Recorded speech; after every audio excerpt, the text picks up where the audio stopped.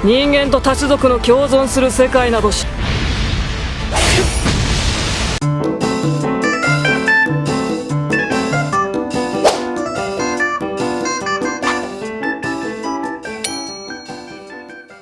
Hai semuanya, selamat datang di channel Dimension Anime.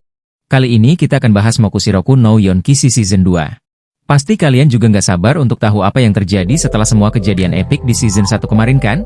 Jadi yuk langsung aja kita mulai. Diawali dengan adegan season sebelumnya di mana kakek Parzival dibunuh oleh Ironsid yang merupakan ayah kandungnya sendiri. Disinilah Parzival memulai untuk meningkatkan daya imunisasinya serta persuannya. Episode pertama ini langsung disajikan dengan suasana yang tegang dan penuh misteri. Setelah tokoh utama kita Parzival datang ke Lyonesse, dan berkumpul dengan kawannya. Tiba-tiba, mereka langsung kedatangan tamu yang gak diundang.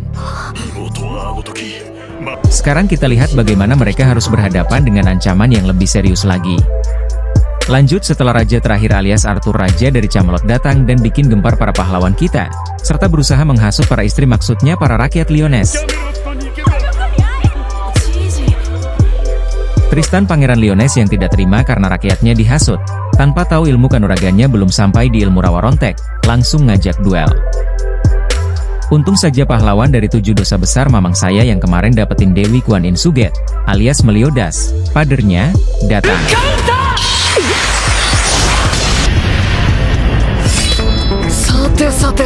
Disinilah pertarungan singkat terjadi antara mamang Meliodas, Tristan dengan Arthur Pendragon. Awalnya Raja Lyonesse Meliodas unggul berkat peran tokoh utamanya di Seven Deadly Sins sebelumnya, dan Tristan yang menggunakan mode iblisnya. Dan karena mode iblisnya belum sempurna, Tristan yang masih belum punya ilmu rawa rontek akhirnya rungkat. Setelah scene berikutnya giliran Raja Arthur. Saat ingin menebas mereka berdua tiba-tiba angin seperti kilatan pedang datang, yang membuat pedang Arthur hancur tinggal gagangnya.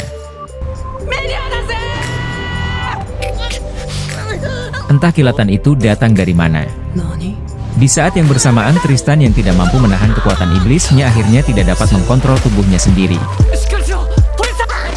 Saat itulah kilatan pedang itu datang lagi untuk menghentikan Pangeran Tristan yang mengamuk. Ternyata adalah Lancelot si rubah Pinkis. Tokoh utama kita Parzival yang tanpa disadari telah memanggilnya menggunakan energi cloningnya. Sungguh tokoh utama yang susah ditebak ya kawan-kawan. Lancelot yang diremehkan oleh teman-temannya ternyata mampu membuat Arthur kewalahan. Hanya dengan mengangkat 2 jari saja sudah membuat Raja Camelot mimisan, apalagi pakai 5 jari. Pasti akan cerot. Di sini pertarungan epik lagi-lagi terjadi. Arthur yang habis mimisan tadi kembali mendapat tendangan dari Lancelot, namun Arthur masih bisa menangkis dengan pedangnya. Yang ternyata pedang tadi hancur mampu memulihkan diri. Lancelot terkejut karena pedangnya mampu pulih sambil menjadi dokter cabut gigi berhasil ngerontokin karam gigi dari Arthur tanpa diketahui.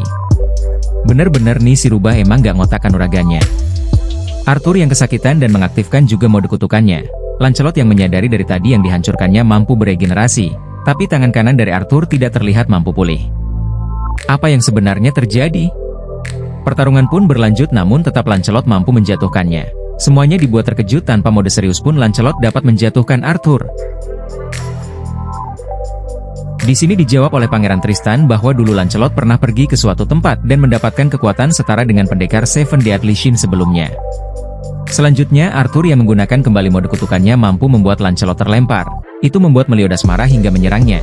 Lancelot yang dikira sudah kalah ternyata tidak terjadi apa-apa dan malah mulai menyerang kembali.